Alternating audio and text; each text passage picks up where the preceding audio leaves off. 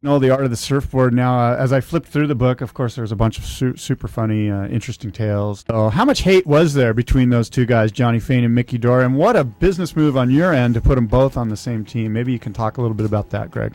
Well, for anybody from that time period, it was like the Hatfields and the McCoys. The only problem is poor old Fain was always on the crappy end of the receiving end of the thing. You know, Dora would push him off on a wave. He would disgrace him on the beach. He would do everything he could to just make a fool out of Fain. And the poor guy was just one of those guys that every time he opened his mouth, he just let himself in for it, and Dora took advantage of it.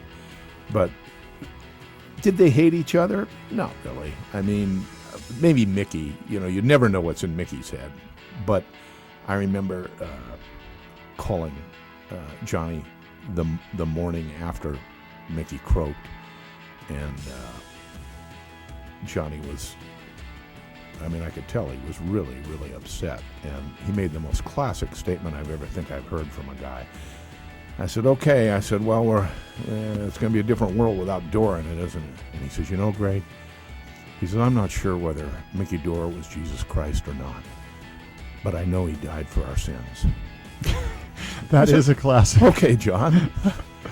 What else you got to tell me? You know, and that was the end of the conversation. And you weren't quite sure if he was. I think he was sarcastic. Semi-serious. No, he wasn't sarcastic. He had a. I mean, Fain has a little different. He looks at the world through different binoculars, but a great guy. I think he wanted Miki's approval. I think he wanted to be somebody in Miki's eyes, and I think he revered Miki and felt a bit scorned, but also felt that there was some good communication between them as well, that they kind of both played off their adversarial nature, and that did them both well in their reputations. Did you, Greg, ever see Miki Dora treat Johnny Fain in a sort of an endearing light or in a nice way? Never. Well, Dora never treated anybody in an endearing light, including me. I mean, we were like, for the most part, two dogs circling for all of our life.